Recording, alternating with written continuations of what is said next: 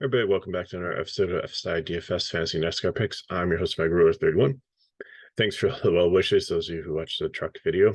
I shot it on my iPad from the ER as I wait for the doctor this morning. Like, just kind of scary. I shot the Xfinity video, went to bed, felt fine, woke up a couple hours later. My tongue was swelling, having trouble breathing. But not a big deal. Nothing majorly wrong. So got everything I needed to. All set, back in action now. So thanks for the well wishes. The one thing I do say is my first ambulance ride, and it kind of felt like Joe Graff Jr. from the Xfinity series was, riding shotgun with him because you're in the thing back of it, not strapped in. It felt like we're absolutely flying, going all over the place. So on to the Cup Series now. So truck race today was not great. I think there were a lot of wrecks.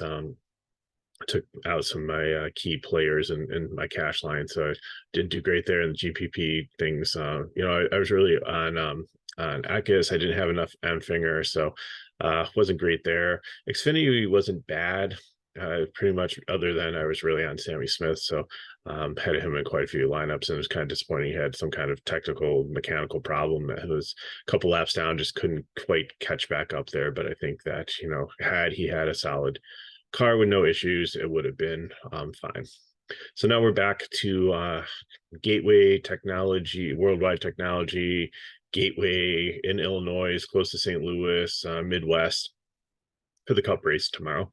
It's supposed to be very hot again out there, with temperatures probably in the 90s. So it's going to be a hot, slick track. And I don't think we have to worry about rain, which is absolutely phenomenal too, because that was just such bummer last week. So there's going to be 240 laps here, 300 miles. If you haven't been following the truck race here, it's kind of it's a flat track like New Hampshire, a little bit longer. I think it's like a 3/4. It's not like a half-mile track or a mile track. It's like somewhere like 3/4 of a mile track, but it's like a paperclip like Darlington. But it drives like neither. It has really tight turn one. You have to kind of shift down to like third or fourth gear to get into that first turn tightly. And so it's gonna it's not a track where you can just lay wide open. It does take some skill here. Should be able to pass a little bit. I might have to use the bumper, but we did have practice, we did have qualifying, so we got some good data to look at. So let's just break down the field here. Kyle Busch ends up on the pole. And if you're looking at the numbers where it says start, the blue ones, just want to differentiate, because I'll be talking about practice times a lot here, that group one are in the blue and the white was group B. There's more rubber down and it was hotter. So there was more opportunity for group B to naturally have faster speeds and stuff, but that was not always the case. So, and also, instead of just coloring the guys for 10 lap speed, somebody asked me if I could actually put where they ranked in 10 laps. So I put that on here too. So hopefully that's helpful for you also.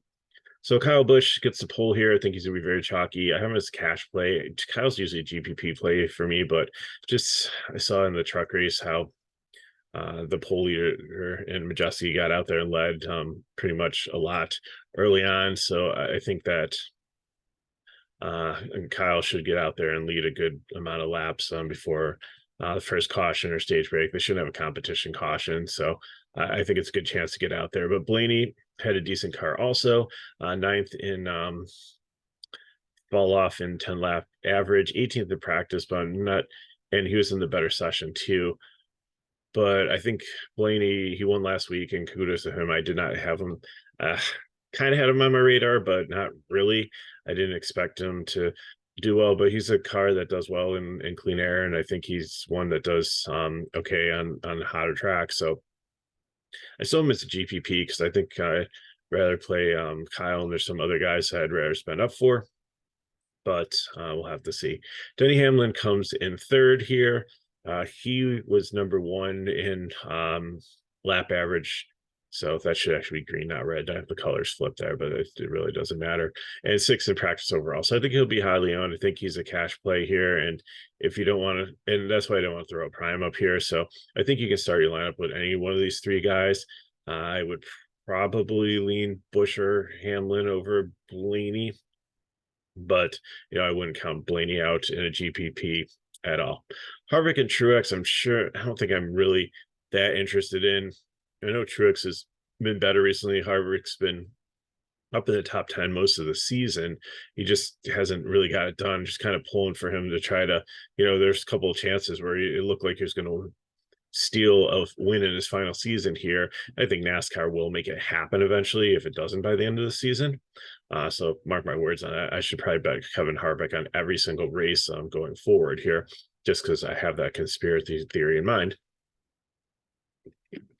It was like they almost tried to do it for Jimmy Johnson, his final, but just things happen. Unfortunately, cautions put the field back together when Harvick was out there and leading, and people were able to catch up and pass him in several races. So I don't think this is going to be a great race for him. 27th in practice. He was on the faster time. So I think of a decent day, probably maybe finish in the top 10, but I don't think he's going to be a dominator out there or anything special.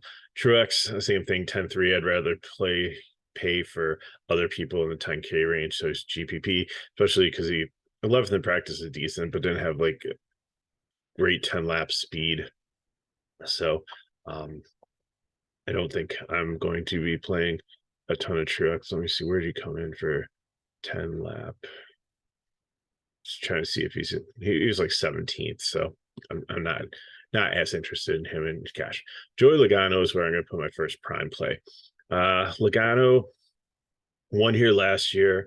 He was first in practice, 8th overall in 10 lap average. I think he'll be able to get his way up to the front. A little bit of place differential. I think he'll lead some laps at some point in time here. He's just had a fast car. He seems to understand this track from his history last year. Like there's not much experience on this track because they've only raced it once before. I believe last year was the first time they were here.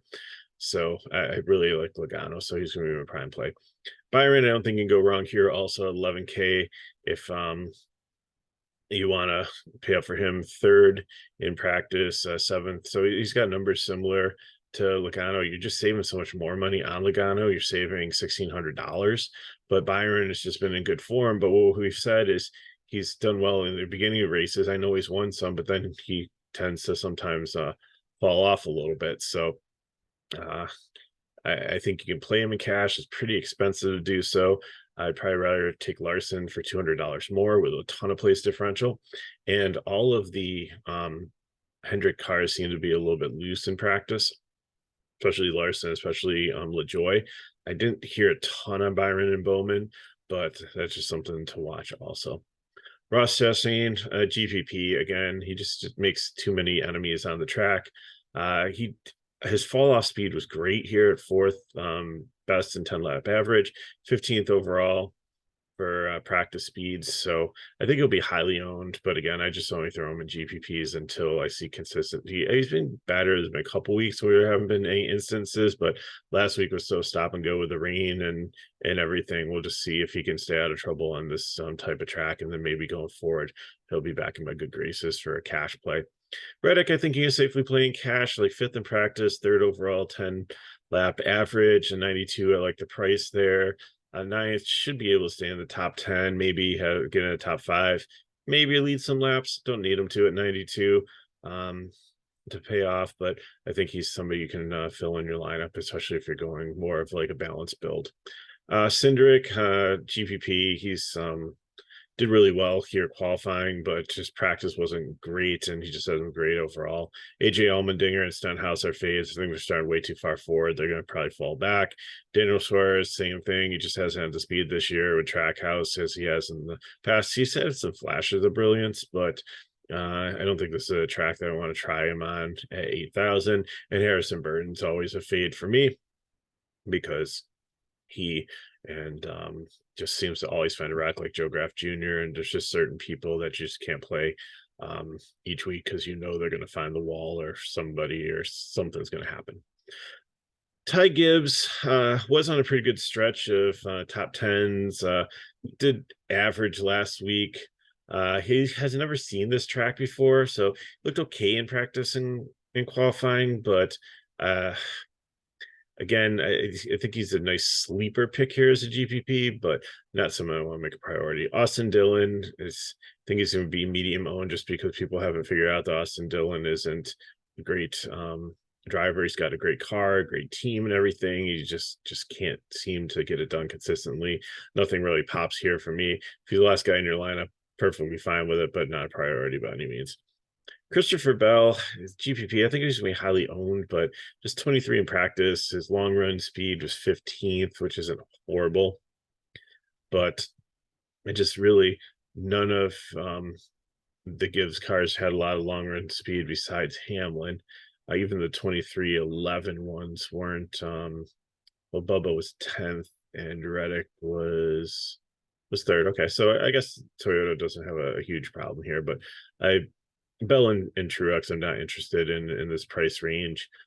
There's some place differential, so I think in the name, but he seems to find trouble on occasion too. So GPP, he's not a fade for me or something I'm going to rule out. If I can get him into a lineup, I might, just because I like the place differential and I think he's a good driver with a lot of potential.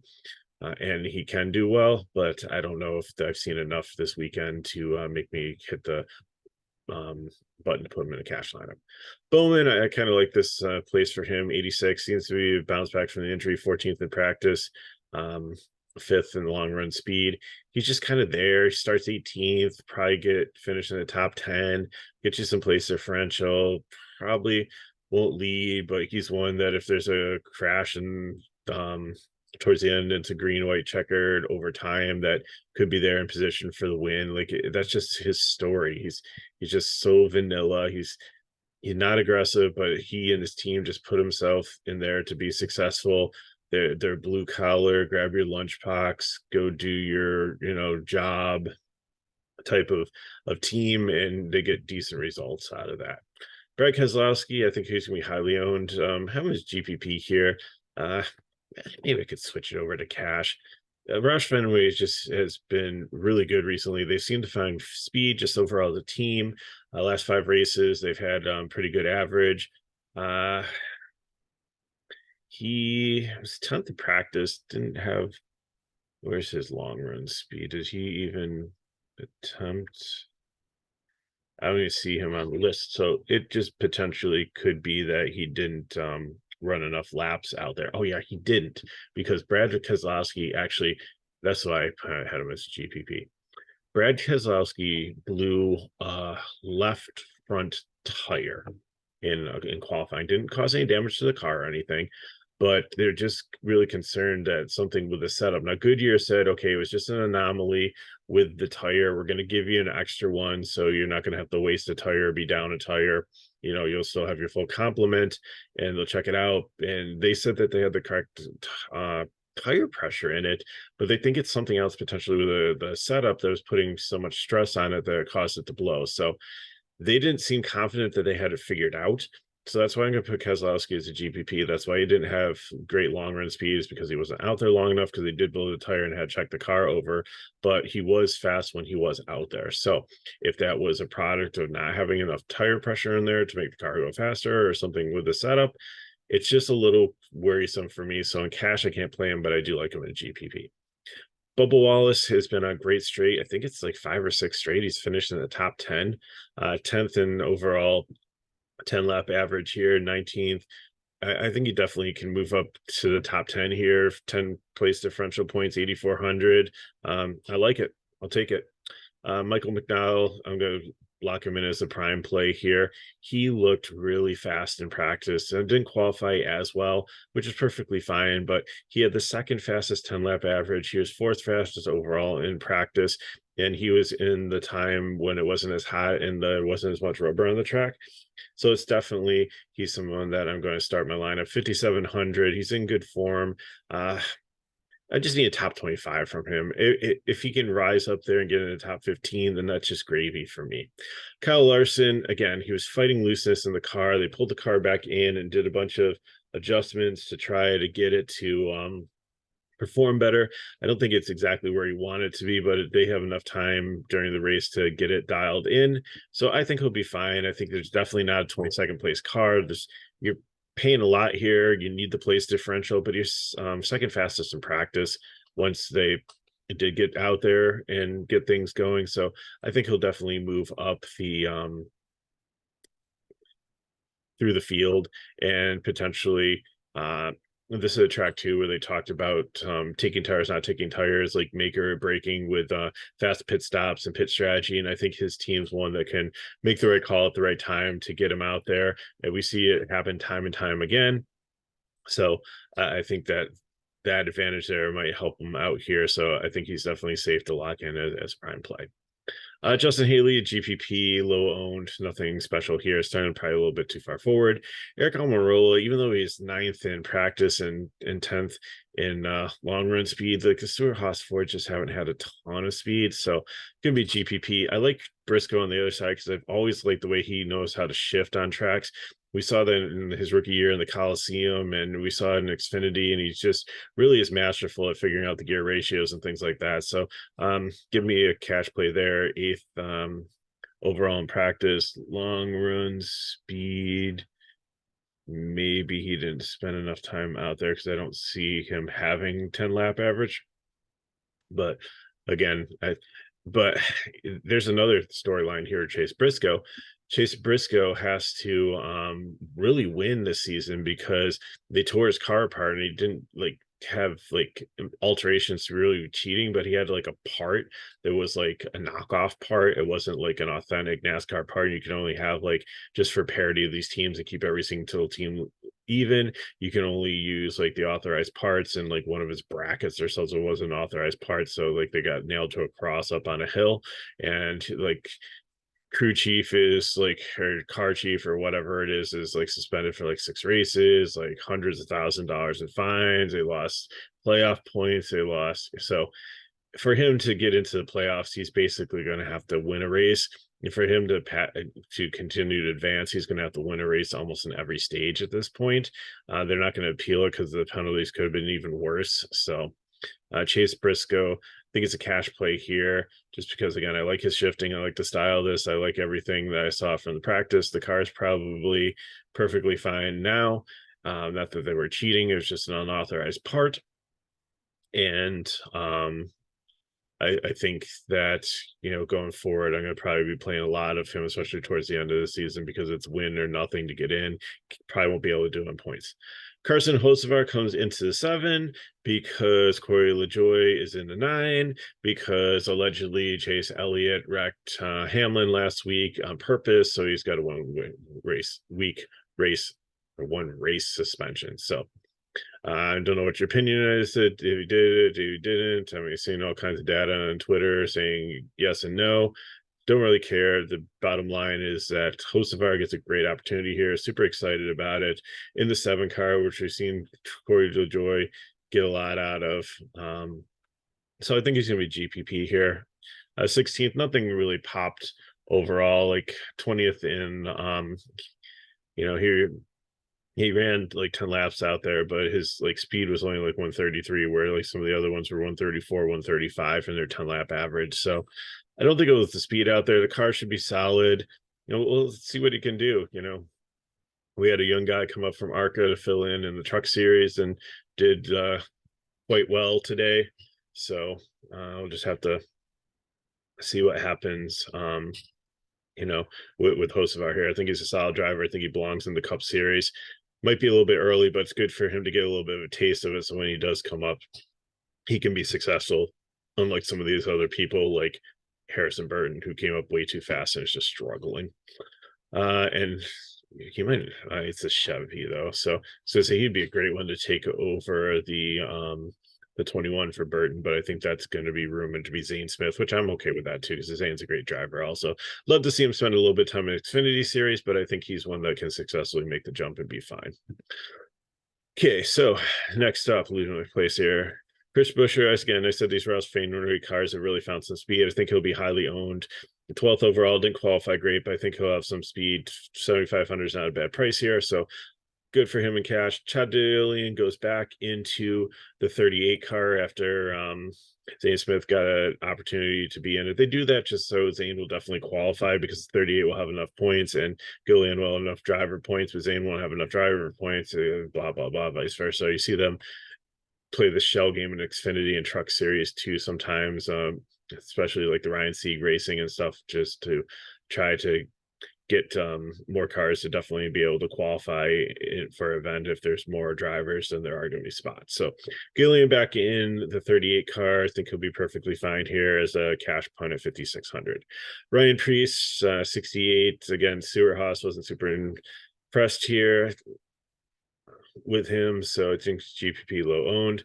LaJoy, I think he's gonna be super highly owned and chalky from like starting back here in the 9 car, but the car was loose and like in practice, like I think he's a little bit nervous here. I don't think he's used to this car. I don't think it handles the same way his other car did. I think he's got great resources in the car and with the crew chief, and maybe they can get everything dialed in and figured out. But again, I don't think I want to play him in cash here. I think it's GPP. Another play, Eric Jones. I think that this is going to be a lot of core plays, or if other people did prime plays, they would put Eric Jones there. But last week, all the legacy motorsports cars had like tech problems.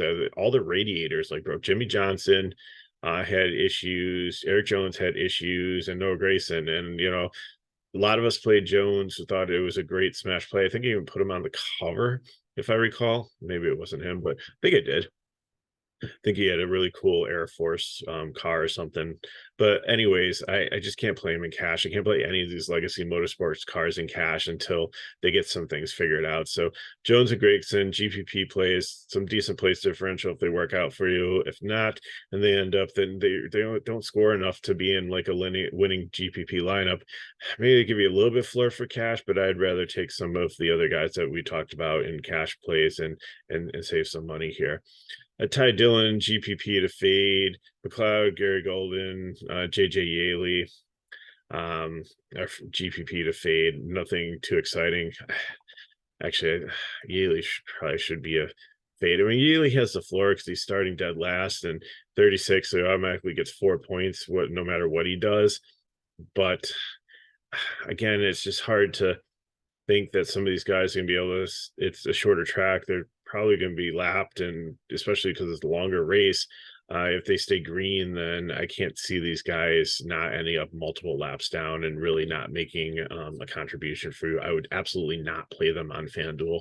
FanDuel, you need laps completed, so you want to try to find somebody that you're not looking for place differential as much there. You're looking for people that are going to finish towards the front of the field and actually finish the race on the lead lap. So that's what I got for you. Thanks for watching. I appreciate that. Just incredible to see the amount of subscribers grow on our YouTube channel, and viewership's been steady too. I know a lot going on with the holiday weekend and the summer and vacations and stuff starting up, but you're here still watching our NASCAR coverage, so I super appreciate that.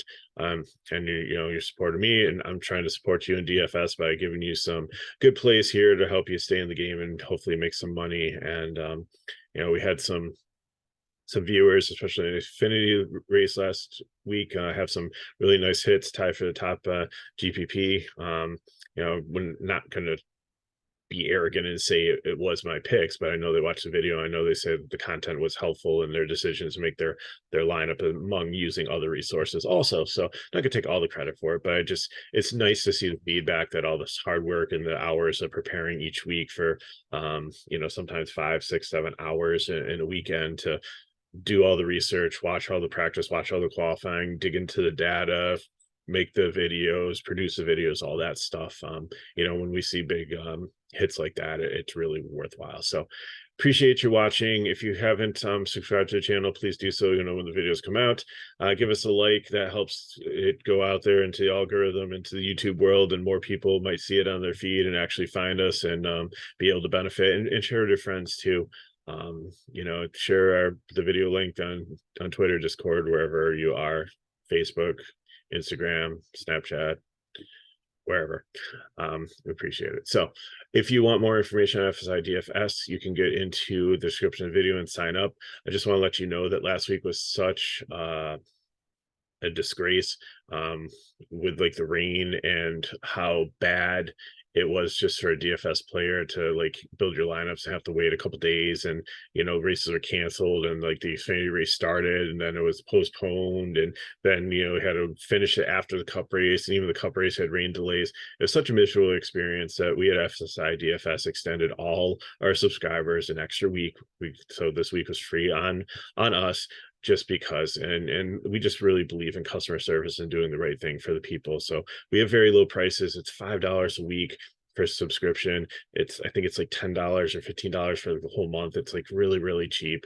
We try to keep it affordable just to get enough money to make the lights stay on. So and so pay for the internet, stuff like that. So appreciate you watching. I hope you have good luck in your contests. If you have any questions, you can put them in the chat below. Hit me up at Twitter at MegaRuler31. Thanks again for all the well wishes. Hopefully stay on the path of good health, and enjoy your weekend. Good luck in your contests, and I'll see you next week.